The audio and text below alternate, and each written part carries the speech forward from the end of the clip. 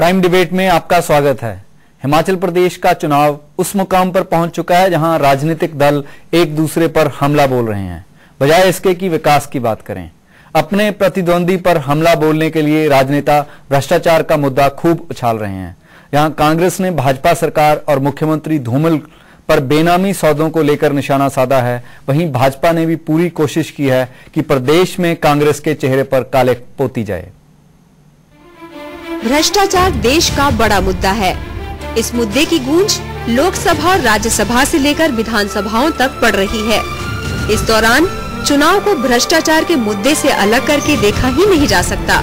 हिमाचल प्रदेश में चुनाव हो रहे हैं तो भ्रष्टाचार भी एक मुद्दे के रूप में चर्चा का विषय बना हुआ है। चुनाव लड़ रहे उम्मीदवारों और पार्टियों के चुनाव में भ्रष्टाचार के मुद्दों को महत्वपूर्ण स्थान मिल रहा है। देखने वाली बात ये है कि दोनों पार्टियों पर एक जैसे इल्जाम हैं और वो अपने इल्जामों को नजरअंदाज करके सिर्फ दूसरी पार्टियों पर लगे इल्जामों को ही ज्यादा अहम मान रही हैं। जब सभी पर इल्जाम हो, पार्टियों की अंदरूनी रंजिशें भी भ्रष्टाचार के इल्जामों के रूप में सामने आ रही हो, तो सियासतदानों की भाषा को कोई कितना संजीदा मान सकता है। भाजपा केंद्र सरकार के भ्रष्टाचार की बात कर रही है तो कांग्रेस प्रदेश पर ध्यान केंद्रित करना चाहती है। इस मामले में दोनों पार्टियां बता रही हैं कि उनकी प्रतिद्वंदी पार्टी भ्रष्टाचार के मुद्दे पर संजीदा नहीं है और वो महज भाषणबाजी कर रही है। कहीं ऐसा तो नहीं कि भ्रष्टाचार का जिक्र हर हाल में जरूरी है और दूसरों को अपने मुकाबले में ज्यादा भ्रष्ट करार देने का मुकाबला भर चल रहा है। भ्रष्टाचार का मुद्दा हिमाचल विधानसभा चुनाव में किस रूप में सामने आ रहा है? आरोप प्रत्यारोप का मुकाबला जितना दिलचस्प लग रहा है, उतनी ही सियासी पार्टियों की संजीदगी सवालों के घेरे में आ रही है। क्या चुनाव प्रचार पर छाया भ्रष्टाचार का मुद्दा वोटर का मन बनाने में कोई भूमिका अदा करेगा? जानते हैं हमारे मेहमानों से। हमारे साथ स्टूडियो में मौजूद हैं प्रोफेसर आशुतोष, जो पंजाब विश्वविद्यालय में राजनीति शास्त्र पढ़ाते हैं, और प्रोफेसर महेश शर्मा, जो पंजाब विश्वविद्यालय में इतिहास पढ़ाते हैं। इसके अलावा फोन पर हमारे साथ कसौली से जुड़ेंगे सुभाष मैदापुरकर, जो सूत्र नाम का एनजीओ चलाते हैं, और शिमला से फोन लाइन पर रहेंगे संजीव शर्मा, जो सीनियर जर्नलिस्ट हैं। वहीं न्यूज रूम से हमारा साथ देंगे हमारे संवाददाता शमशेर चंदेल। आप सभी का आज की चर्चा में स्वागत है। आशुतोष जी, मैं आपसे पूछना चाहूंगा कि इस वक्त जो भ्रष्टाचार का मुद्दा है पूरे देश में बहुत बड़ा मुद्दा है, लेकिन हिमाचल में जो हम इस वक्त देख रहे हैं कि इल्जाम प्रति इल्जाम लग रहे हैं, तो उसमें एक तो डिनायल का मसला है कि आप डिनाई करते हैं कि मैं इसमें नहीं हूं, और दूसरा आप सामने वाली जो पार्टी है उसके ऊपर कितना बड़ा इल्जाम लगा रहे हैं, इसका एक मुकाबला चल रहा लगता है। आपको लगता है कि ये एक सीरियस मुद्दा है इलेक्शन में? नहीं, मैं जैसे सर्वेक्षण देख रहा था पिछले 2009 में, मैंने देखा कि ये करप्शन तो एक मुद्दा था उस सर्वेक्षण में, मतदाताओं की राय में। 2009 में हिमाचल प्रदेश में जो CSDS का जो सर्वेक्षण हुआ था, पर मैंने वो डेटा देखा तो मैंने देखा कि रोड, बिजली, सड़क, पानी, इन पे लोगों ने इनको ज्यादा प्रायोरिटाइज किया। तो करप्शन एक मुद्दा है, पर ये मुझे लगता है ज्यादा ये रणनीति है, घेरने की रणनीति। क्योंकि हिमाचल में अगर आप देखें तो वहां ये जो स्टेट लेवल लीडरशिप है, ये बहुत बड़ा इंपॉर्टेंट फैक्टर है। वीरभद्र सिंह को कांग्रेस ने एक तरह से प्रोजेक्ट किया है भावी मुख्यमंत्री के तौर पे, कम से कम कैंपेन के तो मुख्य सूत्रधार हैं ही। तो अच्छा, कांग्रेस ने जब शुरुआत करी अपनी चुनावी जो कैंपेन या रणनीति, उसमें उनका एक बहुत बड़ा इसका हिस्सा था कि बीजेपी को घेरने था, क्योंकि BJP is a party in government. लेकिन अब आप देखते हैं कि उन्होंने उलट वार किया है और उन्होंने वीरभद्र सिंह को घेरने की कोशिश की। अब मुझे इसमें सबसे ज्यादा आश्चर्य ये लग रहा है कि वीरभद्र सिंह के डिफेंस में और कोई कांग्रेसी नेता नजर नहीं आ रहा। वीरभद्र सिंह खुद ही अपना बचाव करते हुए नजर आ रहे हैं। तो ये भी एक भावी राजनीति का द्योतक है, पहली बात। दूसरी बात, मुझे लगता है कि ये भी बताता है कि मीडिया कितना ज्यादा इलेक्टोरल एजेंडा को, जैसा आपने खुद कहा दलजीत जी, कि आज जो करप्शन एक बहुत बड़ा मुद्दा है और किस तरह से मीडिया जो है वो इलेक्टोरल इशू को प्रायोरिटाइज कर रहा है। आज हिमाचल में अगर आप राजनीति के जो कवरेज देखें आपकी मीडिया हाउस में भी, उसमें करप्शन एक बहुत बड़ा मुद्दा है। बिजली, सड़क, पानी, ये जो मंडे इश्यूज हैं। दरअसल आशुतोष, सवाल यहीं पर है कि जो पूरा चुनाव प्रचार है उसमें भ्रष्टाचार एक मुद्दा है जी, लेकिन वो बिल्कुल एक अलग मसला है कि वो जो मतदाता है उसको फैसला करने में ये अहम मुद्दा रहेगा या नहीं रहेगा, ये मुद्दा है। तो मुझे लगता है महेश जी, आप इसके बारे में कुछ कहना चाह रहे थे। हाँ, मैं बिल्कुल एक तरह से आशुतोष जी से सहमत हूँ कि ये मुद्दा शायद जो गणित बनेगा चुनाव के बाद उसके लिए ज़्यादा अहम होगा।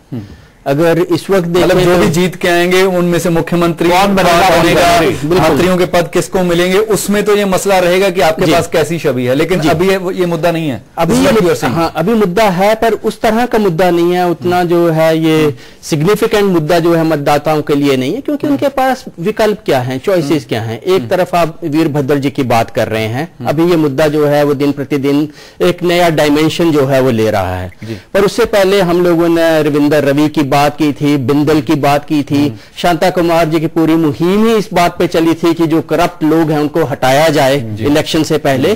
तो मुद्दा उतना ही बड़ा है बीजेपी के अंदर। बात यह हो रही है कि चोर तो दोनों हैं, पर बड़ा चोर कौन है। अब हम इनके मैनिफेस्टो में देखें, मैनिफेस्टो में करप्शन को कितनी जगह दी गई, उसके लिए जो है करप्शन दूर कैसे की जाए उसके लिए कितनी जगह दी गई। कहां यह कहा गया है कि जो करप्ट लोग हैं अगर उनको पहले जो है उनको टिकट नहीं मिलनी चाहिए थी, अगर टिकट दी भी जाती है वो चुनकर आते हैं, वो मंत्री बनेंगे या नहीं बनेंगे। तो दोनों पार्टियां जो हैं वो कितनी सेंसिटिव हैं करप्शन के प्रति, ये पता नहीं। मतलब दोनों के मैनिफेस्टो से ऐसा जाहिर है कि उनको कोई फर्क नहीं पड़ता। ये मेरे और आपके लिए मुद्दा जरूर है, पर जब वो लोगों के पास जाते हैं, जनसभाएं करते हैं, तो उन सभाओं में बोलने के लिए एक अच्छा मुद्दा है, पर लोगों को इंपैक्ट करेगा या नहीं करेगा, ये मेरे ख्याल इतना बड़ा मुद्दा जो है इशू रहेगा नहीं। अगर वो अपनी जनसभाओं में भ्रष्टाचार को एक मुद्दे के रूप में पेश करते हैं तो कहीं पर वो दूसरे मुद्दों को नजरअंदाज कर रहे हैं या भ्रष्टाचार को ही सीरियस मुद्दा मानते हैं। उसमें मैं एक छोटी सी बात कहना चाहूंगा। अब जैसे कि विजय सिंह मनकोटिया की ही अगर आप बात कर लीजिए, 5 साल तक तो वो बात करते रहे एक सीडी की, और ऑल ऑफ अ सडन अब वो कह रहे हैं कि ये सब जुडिस है। तो कौन सी बात कर रहे थे, कौन सी करप्शन की बात कर रहे थे। तो आपको इससे ही पता लगता है कि करप्शन के प्रति जो स्टेट की दोनों पार्टीज जो हैं वो इसके बारे में क्या सोचती हैं। अभी हम चलते हैं शिमला, यहां पर हमारे साथ जुड़े हुए हैं एक सीनियर जर्नलिस्ट संजीव शर्मा। संजीव जी, आप मुझे ये बताइए कि इस वक्त जहां तक चुनाव प्रचार का मसला है उसमें भ्रष्टाचार एक बहुत बड़ा मुद्दा है, लेकिन आप वहां पर क्योंकि फील्ड में घूम रहे हैं तो लोगों में कैसी चर्चा है कि ये मुद्दा उनका वोट डालने का फैसला करने में कोई भूमिका अदा करेगा या नहीं? देखिए दिलजीत, मैं आपको बता दूं कि 5 चुनाव मैं पिछले देख चुका हूं और हर विडंबना यही है कि बहुत सारे तमाम मुद्दों के रहते जो है हर बार चुनाव जो है भ्रष्टाचार के आसपास सिमट जाता है। हर बार चुनाव के मुद्दे ये हो जाते हैं कि मैं गोरा हूं और सामने वाला काला है, और इसी मुद्दे पे जो है चुनाव लड़के दोनों पार्टियां अपना अपना काम चला लेती हैं। जबकि यहाँ मुद्दे और भी हैं। महंगाई सबसे बड़ा मुद्दा है। कोई भी छोटी सी छोटी चीज आनी है वो आपके पंजाब से या दूसरे हरियाणा से या दिल्ली से आती है। डीजल के अगर दाम बढ़े हैं तो सीधे तौर पर यहाँ से जो उत्पाद बाहर जाता है उसकी ढुलाई पे असर पड़ता है। जिस किसान को जो है 200 रुपए पर ढुलाई देनी पड़ रही थी पेटी की, उसको सीधे सीधे जो है 5 रुपए का अगर जो इजाफा डीजल के 1 लीटर में हुआ है तो उसको 220 रुपए देने पड़ रहे हैं पर पेटी सेब के लिए। तो ये बड़ा मुद्दा है। लेकिन सबसे बड़ी विडंबना ये है कि लेबर के इलेक्शन फिर इन्हीं मुद्दों के आसपास सिमट गया है इस बात का भी कि भ्रष्टाचार में कौन कितना जो है, जैसे कि इन्होंने कहा कि छोटा चोर बड़ा चोर, अगर इसको हम थोड़ा सौम्य रूप में ले ले तो लग्जरी बिल के आसपास सब जो है लोगों की चॉइस को सिमटना चाहिए। लेकिन मुद्दे बहुत ज्यादा है, क्योंकि ऐसा नहीं है कि मैं ये नहीं कह रहा हूं कि भ्रष्टाचार मुद्दा नहीं है। एक ईमानदार स्टेट है, लोगों के पास हार्ड अर्न्ड मनी है, वो नहीं चाहते कि भ्रष्टाचारी जो है उनकी मनी को उठाएं। लेकिन साइमल्टेनियसली दूसरे मुद्दे हैं। शिक्षा का जो है बहुत बड़ा मुद्दा है, बेरोजगारी बहुत बड़ा मुद्दा है। लेकिन बहुत बड़ा दुख इस बात का है कि ये पार्टियां इस बात को नहीं समझ पाती। हमारे पैनलिस्ट ने, प्रोफेसर साहब ने अभी एक इशारा किया है कि घोषणा पत्रों में इन्होंने कोई चर्चा नहीं की है। अरे क्या चर्चा करेंगे? पूरे का पूरा घोषणा पत्र में एक बात कही गई है, दोनों ही पार्टियों के घोषणा पत्र में सिंपल लाइन में कहा गया है कि स्वच्छ, ईमानदार और पारदर्शी शासन देंगे। कैसे देंगे, कितना दिया, इस बात पे कोई चर्चा नहीं है।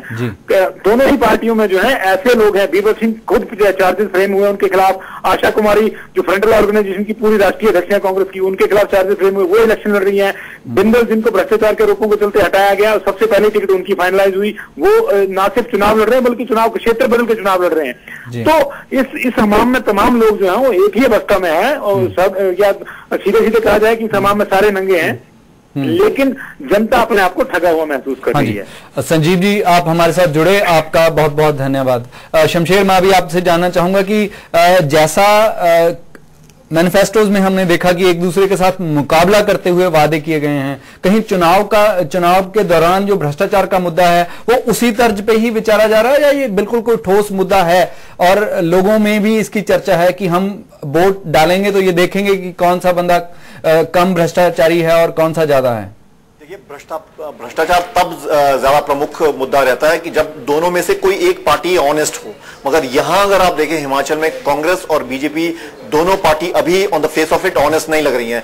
वीरभद्र सिंह पे ये जो इस्पात में पैसे के लेन देन का मामला है और जो धूमल सरकार है उसमें जो हाई क्वालिटी एजुकेशन के नाम पर जो बेनामी लैंड डील्स का मामला है, ये प्रमुख है। और बीजेपी में भी काफी लोग जो पार्टी छोड़ के गए हैं वो इसीलिए छोड़ के गए हैं कि वो कह रहे हैं कि करप्शन एक मेन मुद्दा रहा है, तो ये प्रमुख मुद्दा है। और अगर हालांकि बीजेपी काफी कॉर्नर कर रही है कांग्रेस को, और उसका खास कारण यह है कि वीरभद्र सिंह को सीडी कांड के बाद और 2007 के बाद पहली बार वो फांस पाए हैं एक करप्शन केस में, और वो टेस्ट करना चाहते हैं कि इस करप्शन केस के बाद क्या वो उन्हें ऊंट को पहाड़ के नीचे ला सकते हैं। तो प्रमुख मुद्दा भाजपा का ये है। मगर अगर भाजपा की बात देखें, वीरभद्र सिंह के बारे में ये भी कहा जा सकता है कि भाजपा कांग्रेस को केंद्र सरकार के मामले में घेरने की कोशिश कर रही है, और जो कांग्रेस है वो भाजपा को राज्य सरकार के रूप में घेरने की कोशिश कर रही है। लेकिन वीरभद्र एक ऐसा उनको मौका देते हैं कि उनको राज्य में भी घेरा जा सकता है और केंद्र में भी घेरा जा सकता है।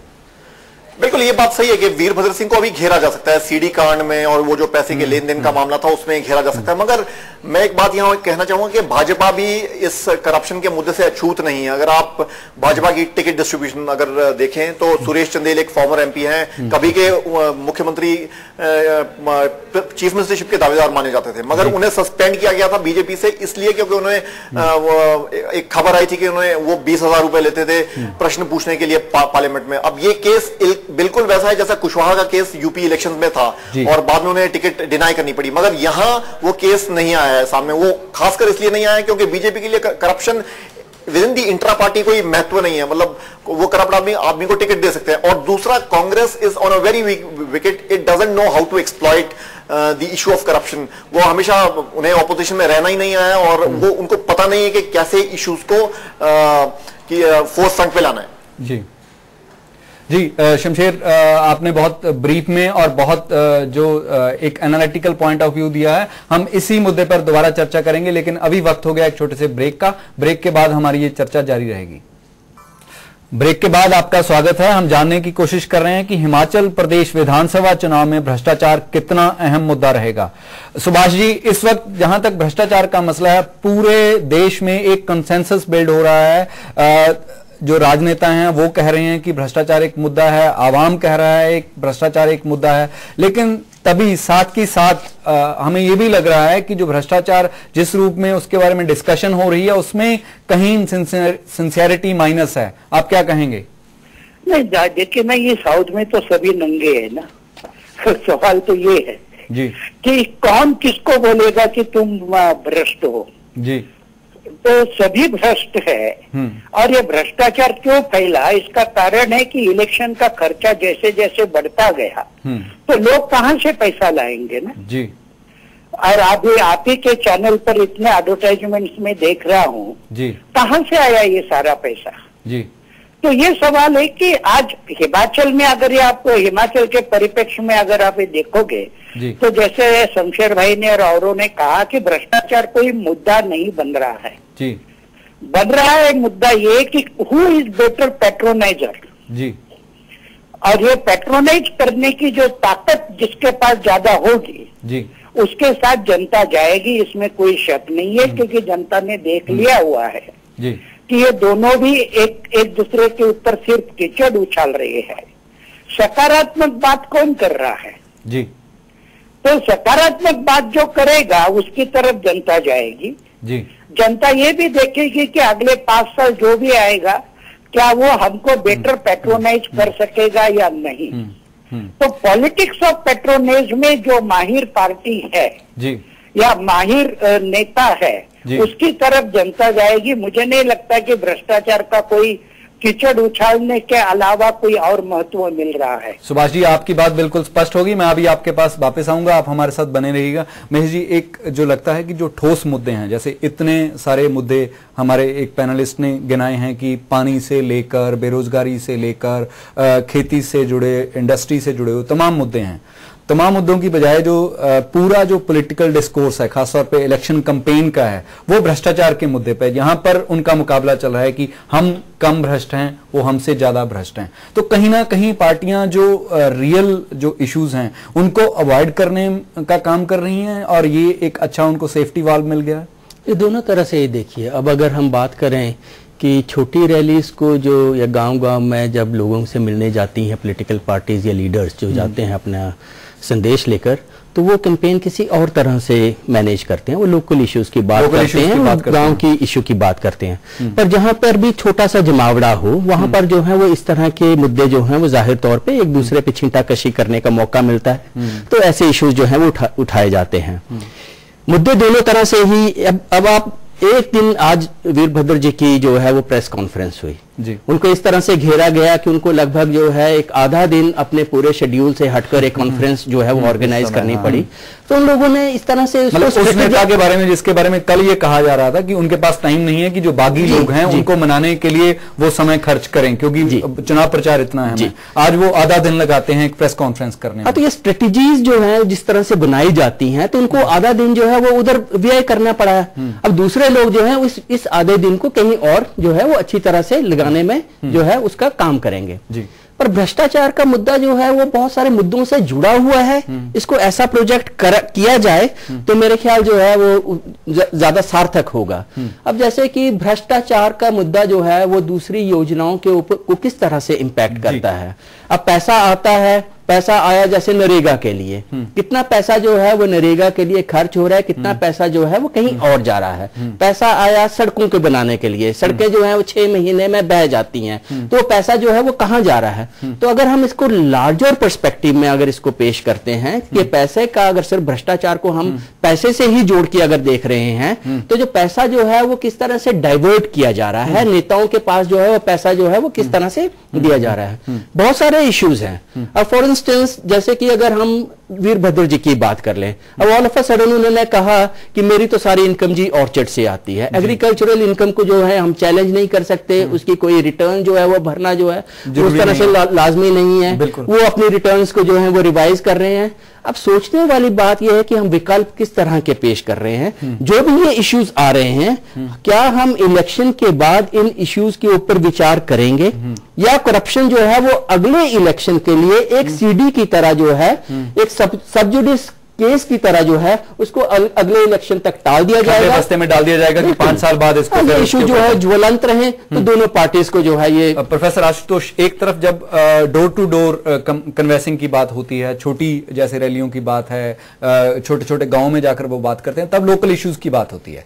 अगर उन मुद्दों के साथ जुड़कर करप्शन की बात होती है, मसलन कि आपके गांव में मनरेगा का इतना फायदा हुआ लेकिन इतना हो सकता था, तब वो एक ठोस मुद्दा बनता है। आपको क्या लगता है कि पॉलिटिकल साइंटिस्ट को और हम जर्नलिस्ट को इसको और ढंग से समझना होगा कि जो बड़ी रैलियों की कैंपेन है और जो छोटी रैलियों में बात हो रही है वो अलग अलग है? इसको कैसे देखते हैं आप? मैं देखिए, चुनावी विश्लेषक के नाते मैं इसको इस तरह से 2 बातें मैं करना चाहूंगा। पहली बात तो ये जो प्रेम कुमार धूमल पर जो हमले हो रहे हैं या वीरभद्र सिंह पे, तो ये हमें बताता है कि आज के भारत में कितना ज्यादा स्टेट लेवल लीडरशिप का रोल हो गया है। किस तरह से स्टेट लेवल लीडरशिप, एक जमाना था जब नेशनल लीडर आते थे, वो रैली करते थे, लोग वोट देते थे, इंदिरा गांधी के नाम पर वोट देते थे, राजीव गांधी के नाम पर। आज जो है स्टेट लेवल लीडरशिप का कितना ज्यादा पावर एंड इन्फ्लुएंस बढ़ गया है, पहली बात। दूसरी बात जो महेश जी ने भी कहा, मुझे लगता है कि जो करप्शन का मुद्दा ये उतना बड़ा मुद्दा नहीं है। जैसे बहुत बातें हुई, शमशेर जी ने भी कहा पानी का, अनएम्प्लॉयमेंट का। ये अभी मैं शिमला गया था तो मैंने सारे जो यंग यूथ हैं, आपको पता होगा हिमाचल में जो अभी बहुत सारे नए वोटर्स आए हैं जो पहली बार वोट देंगे, उनकी बड़ी ज्यादा संख्या है। उनके लिए क्या बड़ा मुद्दा है? उनके लिए बड़ा मुद्दा है अनएम्प्लॉयमेंट। अनएम्प्लॉयमेंट का सीधा मुद्दा जो है करप्शन से जुड़ा हुआ है। उन्होंने तो सीधा सीधा दोनों पार्टियों ने एक वादा कर दिया। कांग्रेस ने कहा है कि हम 1 लाख रोजगार हर साल पैदा करेंगे, उन्होंने कहा है कि हम 5 साल में 10 लाख। वो तो शब्दबाज हमें हर एक पार्टी दिखाती है, लेकिन मैं ये कह रहा हूं कि जैसे किस तरह से पदों को भरा जाएगा, इसमें करप्शन बहुत बड़ा मामला आता है। तो एक वो देखा जाएगा, वो एक मामला बनता है। दूसरा, जैसा महेश जी ने कहा कि बहुत सारी योजनाएं हैं, बहुत ज्यादा पैसा आ रहा है केंद्रीय योजनाओं से। मनरेगा है, जेएनआरयू है, फूड सिक्योरिटी बिल अभी यूपीए गवर्नमेंट उस पर अपना पासा खेल रही है। तो ये बहुत सारा पैसा आता है सेंटर से और वो पैसा डायरेक्ट ट्रांसफर होता है टू द पीपल। तो जो पैट्रोनेज की बात की, मैंने नहीं समझता कि हिमाचल में कोई कम्युनिटी वाइज पैट्रोनेज होता है, क्योंकि हिमाचल की पॉलिटिक्स बहुत लॉपसाइडेड है, अपर कास्ट डोमिनेटेड है, जो लोअर कास्ट है वो कोई मैटर ज्यादा नहीं करते वहां। पॉलिटिक्स जो है राजपूत और ब्राह्मण के बीच की है। आशुतोष, जब हमने जाति वाले मुद्दे पे बात की थी तो हमें ये लगा था कि जैसे वहां पर लोग पहुंचते हैं उनकी तो एक कंपोजिशन है जी, लेकिन जाति की कंपोजिशन वहां पर जातिवाद है या नहीं है इसके बारे में जातिवाद ज्यादा नहीं है, इसके ऊपर हम ज्यादा लंबी बात नहीं करेंगे, लेकिन ये एक मुद्दा है जिसको बहुत नहीं, मैं बस ये कहना चाह रहा था कि वो मामला नहीं बनेगा कि कम्युनिटी वाइज पैट्रोनेज होगी। हाँ जी, वहां पैट्रोनेज होगी कि उस एरिया का कितना विकास हुआ, रोड बने कि नहीं। आज मुझे ये सुनने में आया कि रोड वहां की स्थिति बहुत खराब है, पिछले दिनों में रोड नहीं बने। हमारे जो संवाददाता हैं वो लगातार उन सड़कों पर चलते रहे हैं। अभी हम चलते हैं शमशेर के पास। शमशेर, एक जो बात है कि इस बात पे सभी लोग सहमत हैं कि भ्रष्टाचार एक बहुत बड़ा एक ठोस मुद्दा है, लेकिन भ्रष्टाचार हवा में तो होता नहीं है, कहीं ना कहीं योजनाओं में, कहीं ना कहीं डेवलपमेंट को इंप्लीमेंट करने में ही भ्रष्टाचार होता है। तो ये मुद्दा एक बनता है कि जिस तरह से पॉलिटिक्स में बात हो रही है भ्रष्टाचार की, उसको ठोस मुद्दों के साथ जोड़ के या ठोस योजनाओं के साथ जोड़ के नहीं किया जा रहा है।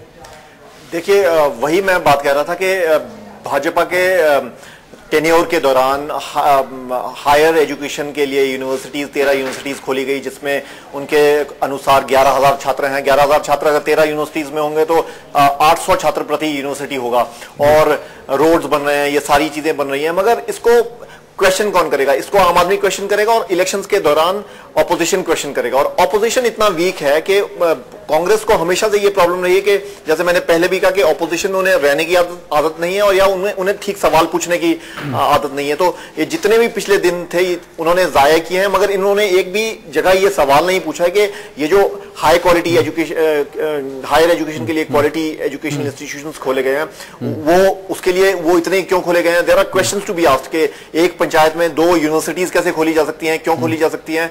और जैसे रोड्स की बात है, काफी रोड्स की काफी बुरी हालत है, खासकर अपर हिमाचल में, मगर उस पर कोई सवाल नहीं कर रहा है कि ये रोड्स खराब क्यों हैं। और इसके लिए सबसे ज्यादा जिम्मेदार apart from the party in power is the party in the opposition which is the Congress. And if it doesn't ask the question, अगर वो सवाल नहीं पूछती है तो वो जितना लोगों के लिए खराब है उतना ही उनके लिए खराब है। हाँ जी, अभी चलते हैं हम सुभाष जी, एक जो मुद्दा है, जैसे शमशेर ने अभी कहा कि जो एजुकेशनल इंस्टीट्यूशंस का मसला है उसमें पूरा हिमाचल प्रभावित है, लेकिन जब उस मुद्दे को चुनाव के दौरान एक असरदार मुद्दा बनना होगा तो कहीं ना कहीं उसकी कॉन्स्टिट्यूएंसी ढूंढी जाएगी। तो उस मामले में जो करप्शन की कोई ठोस कॉन्स्टिट्यूएंसी कहीं पर नहीं है। आप क्या कहना चाहेंगे? नहीं, मैं तो ये कहूंगा कि अगर करप्शन ये मुद्दा है तो उसको दूर करने के बारे में किसी भी कोई पार्टी कोई सकारात्मक कार्य योजना पेश कर रही है क्या जनता के सामने?